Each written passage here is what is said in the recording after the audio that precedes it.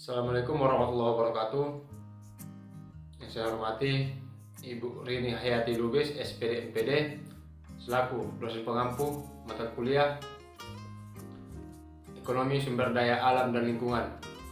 Baiklah, perkenalkan, nama saya Nopal Saputra Tanjung, NIM 2040200159, Fakultas Ekonomi dan Bisnis Islam, jurusan Ekonomi Syariah, semester 5.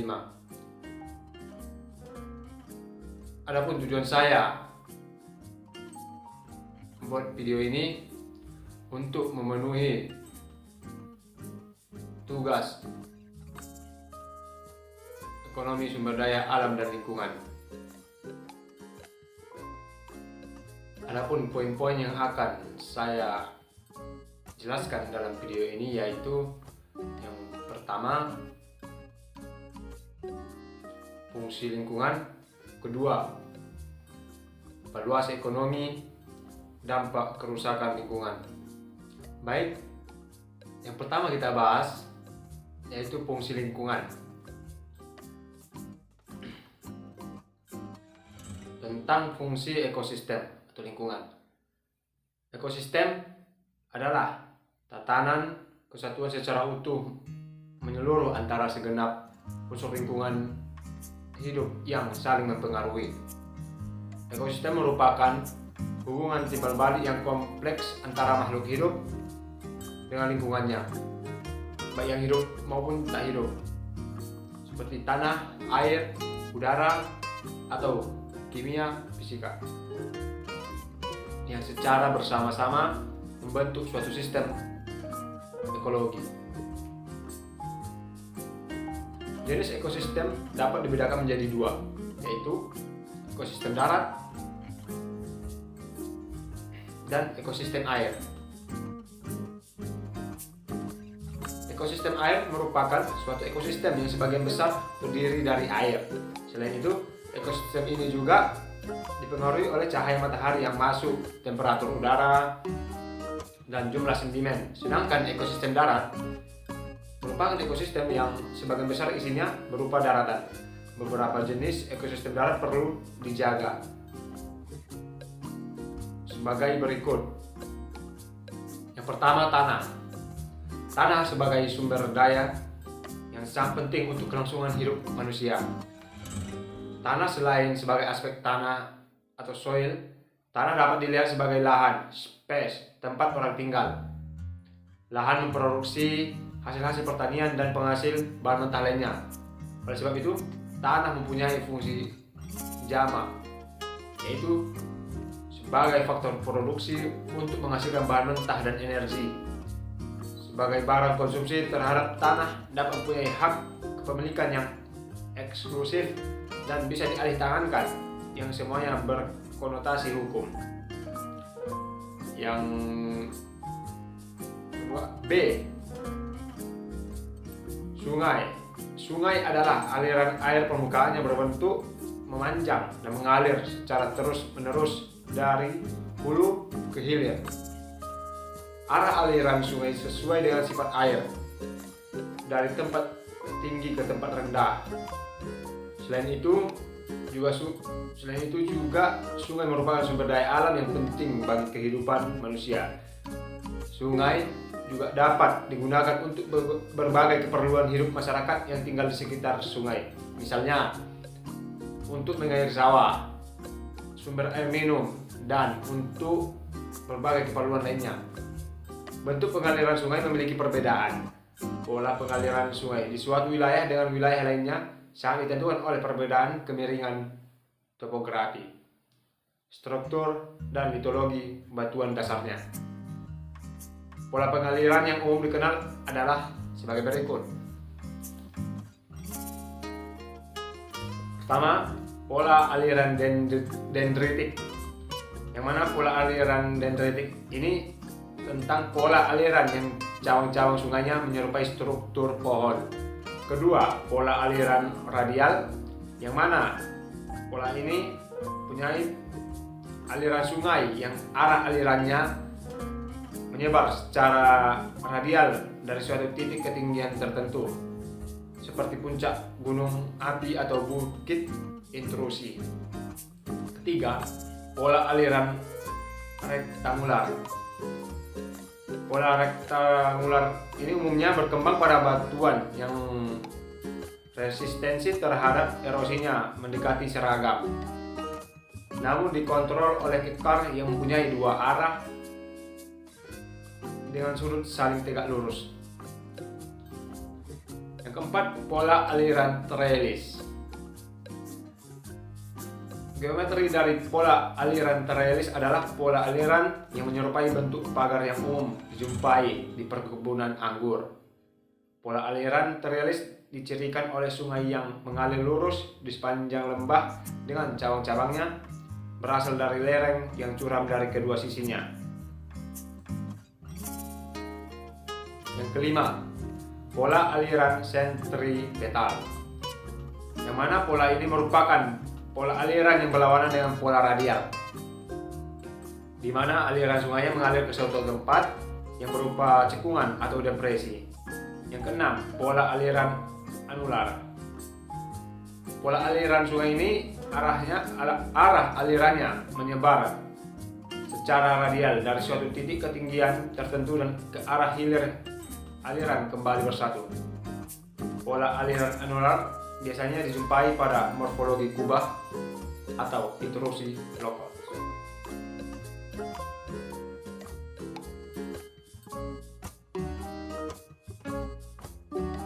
Yang ketujuh, pola aliran paralel, yang mana pola aliran ini yang sejajar. Baik, kita lanjut. Berdasarkan sumber airnya, pertama sungai hujan, yaitu jenis sungai yang airnya yang berasal dari air hujan. Yang kedua, sungai gletser, yaitu salah satu jenis sungai yang airnya berasal dari suatu pencairan es. Yang ketiga, sungai campuran, yaitu salah satu jenis sungai yang airnya berasal dari suatu pencairan es, gletser, dari hujan dan dari sumber mata air. Dan berdasarkan debit air. Yang pertama, sungai permanen, yaitu salah satu jenis sungai yang debit airnya sepanjang tahun relatif tetap. Yang kedua, sungai periodik, yaitu salah satu jenis sungai yang pada waktu musim hujan airnya lebih banyak, sedangkan pada musim kemarau airnya sangat sedikit. Yang ketiga, sungai episodik, yaitu salah satu jenis sungai yang pada musim kemarau airnya akan kering dan pada musim hujan airnya banyak. Yang keempat, sungai ephemeral, yaitu jenis sungai yang ada airnya hanya pada saat musim hujan turun. Selanjutnya, berdasarkan asal kejadiannya atau genetikanya. Pertama, sungai konsekuen, yaitu tentang jenis sungai yang airnya mengalir untuk mengikuti daerah lereng awal. Yang kedua, sungai subsekuen atau strike valley, yaitu jenis sungai yang aliran airnya mengikuti sebuah strike batuan. Yang ketiga, sungai obsequent, yaitu salah satu jenis sungai yang airnya mengalir mengikuti arah kemiringan pada lapisan batuan dan bermuara di sungai subsequent. Yang kelima, sungai insequent, yaitu salah satu jenis sungai yang mengalir tanpa bisa dikontrol oleh litologi ataupun struktur geologi. Dan berdasarkan struktur geologinya terbagi menjadi dua, sungai anteseden, yang mana jenis sungai ini yang tetap mempertahankan sebuah arah aliran airnya yang meskipun ada struktur geologi atau batuan yang melintang. Kedua, sungai superposen, yaitu salah satu jenis sungai yang melintang struktur dan dalam prosesnya dibimbing oleh suatu lapisan batuan yang menutupinya. Dan selanjutnya, berdasarkan pola alirannya terbagi menjadi 5. Pertama, radial atau menjaring. Jenis yang satu ini dibedakan menjadi dua, yaitu A. Radial sentrifugal, yaitu pola aliran yang menyebar meninggalkan pusatnya. B. Radial sentripetal, yaitu suatu pola aliran yang mengumpul untuk menuju ke pusat. Yang kedua, dendritik, yaitu salah satu jenis sungai yang pola aliran yang tidak teratur. Yang ketiga, trellis, yaitu salah satu jenis sungai yang pola aliran yang menyirip seperti daun. Yang keempat, rektangular, yaitu salah satu jenis sungai yang pola aliran yang membentuk sudut siku-siku atau hampir siku-siku 90 derajat. Sungainya membentuk sudut lancip. Dan yang terakhir, kelima, anular, yaitu salah satu jenis sungai yang pola aliran sungai yang membentuk lingkaran. Baik, selanjutnya yang bagian C, danau, waduk. Danau tubuh perairan yang dikelilingi daratan dan terletak di daerah cekungan. Namun tak semua danau yang sama. Ada yang terbentuk karena gempa, ada yang terbentuk karena pengikisan, erosi, dan ada yang dibangun oleh manusia. Berikut 7 jenis danau berdasarkan proses terbentuknya. Pertama, danau tektonik. Danau tektonik adalah danau yang terbentuk karena adanya proses perubahan bentuk kulit bumi. Kulit bumi bisa terlipat, patah, dan bergerak ketika gempa. Misalnya kulit bumi bisa patah. Akibatnya permukaan tanah ambles dan menjadi cekung. Beberapa danau tektonik di Indonesia yakni Danau Poso, Danau Tempe, Danau Tondano, Danau Singkarak, dan Danau Touti.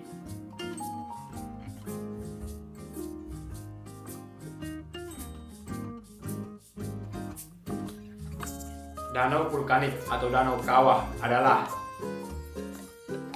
danau yang terbentuk dari hasil aktivitas gunung berapi. Ketika gunung api meletus, batuan yang menutupi bagian kepundan atau kawah akan terlempar dan meninggalkan bekas lubang. Pada saat hujan turun, lubang kawah akan terisi air kemudian membentuk danau. Beberapa danau vulkanik di Indonesia yakni Danau Kerindi, Danau Kawah, Bromo, Danau Gunung Lamongan, Danau Batur, dan Danau Kelimutu. Selanjutnya waduk. Waduk atau bendungan yang biasa kita dengar adalah danau yang terbentuk lewat pembendungan aliran sungai. Selain bentukan manusia, waduk atau bendungan bisa menjadi karena proses alami seperti longsoran. Contohnya Danau Pengilon di Dieng dan Telaga Serangan di perbatasan Jawa Tengah dan Jawa Timur. Waduk dibentuk atas bermacam-macam fungsi. Bisa untuk menampung air, mencegah banjir, pembangkit listrik, budidaya ikan, pertanian, dan rekreasi.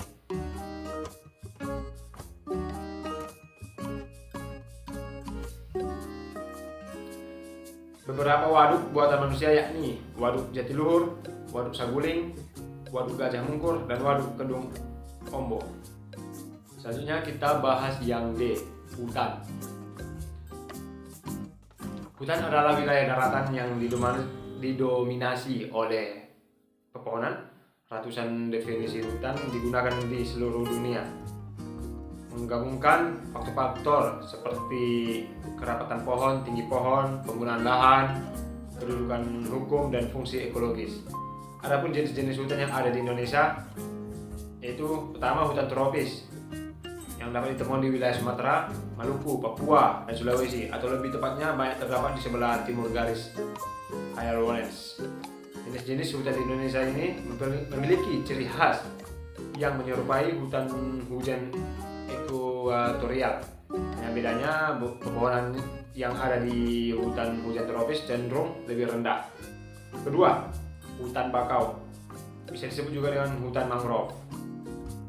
Hutan jenis ini tumbuh di kawasan pasang surut seperti di wilayah pantai yang terlindung, di wilayah Laguna, serta di daerah muara sungai. Ketiga, hutan sabana merupakan wilayah padang rumput yang dikelilingi pepohonan serta banyak terdapat semak belukar. Yang keempat, hutan rawa meliputi daerah rawa-rawa dengan berbagai jenis tumbuhan. Jenis hutan ini banyak terdapat di pantai timur Sumatera, Kalimantan Barat, Kalimantan Tengah.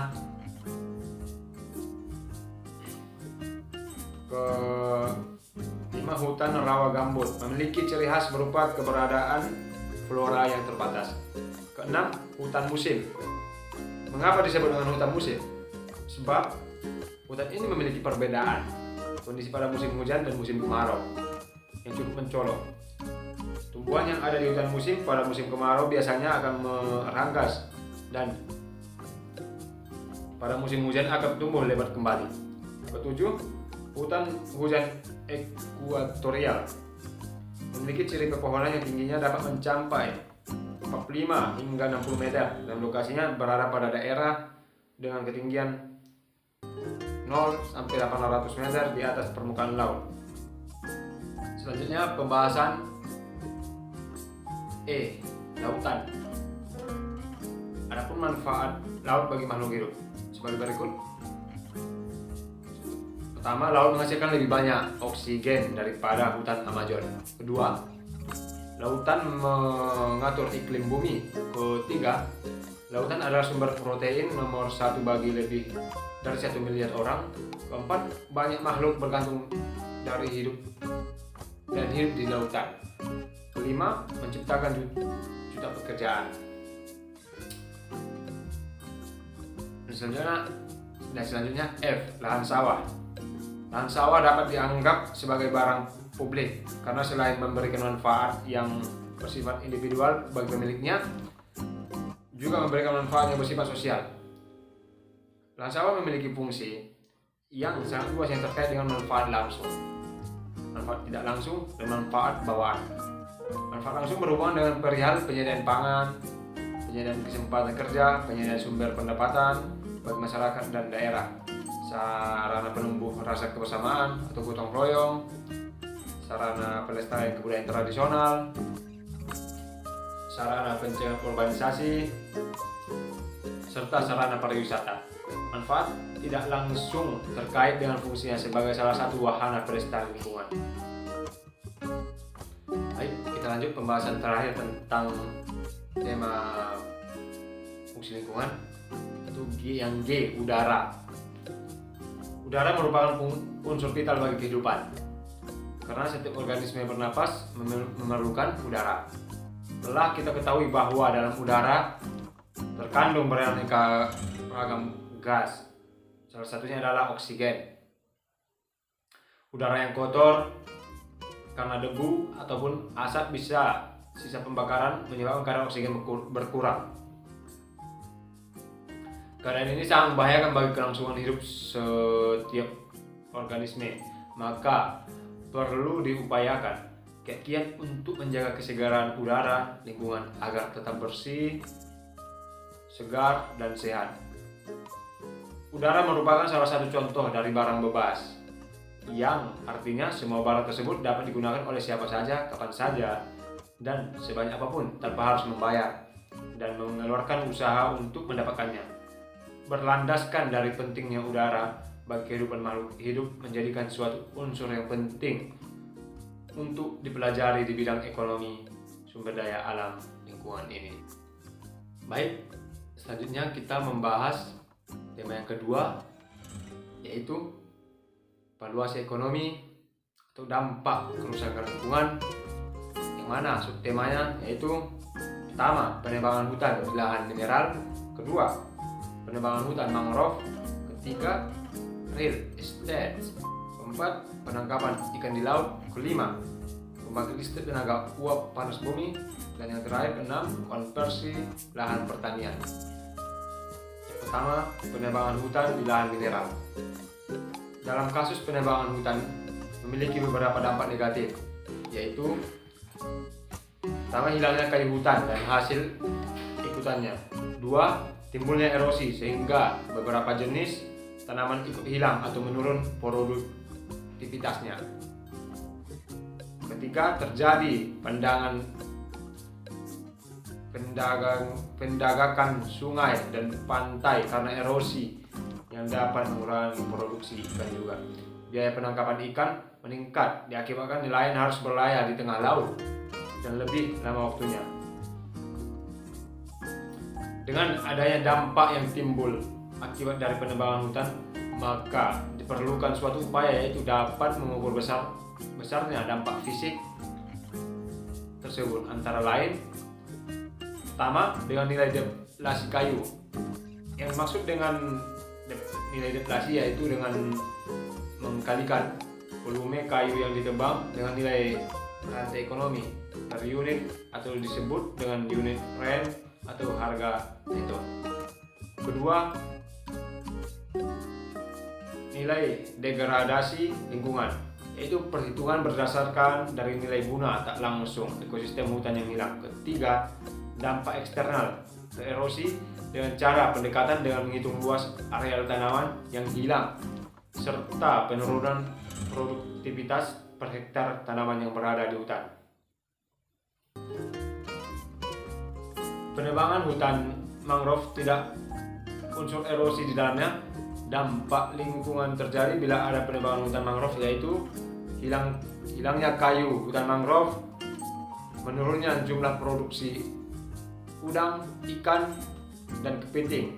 Dengan mengetahui beberapa luas dan volume kayu mangrove yang ada di dalam hutan mangrove dari tahun ke tahun, dapat diketahui volume seluruh kayu yang hilang bila terjadi penebangan hutan kayu mangrove.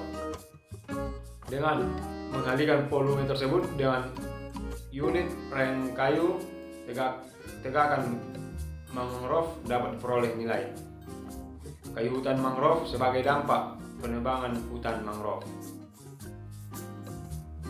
Selanjutnya, real estate. Pembangunan kompleks perumahan atau real estate akan mempunyai dampak yang luas terhadap lingkungan hidup. Adapun tahap yang dilakukan dalam pembangunan real estate yaitu pertama, memerlukan pembebasan lahan. Kedua, penyiapan dan pengelolaan lahan. Ketiga, pelaksanaan pembangunan perumahan dan fasilitasnya. Untuk pembahasan video kali ini, apabila ada kata-kata yang salah atau yang kurang berkenan, mohon dimaafkan.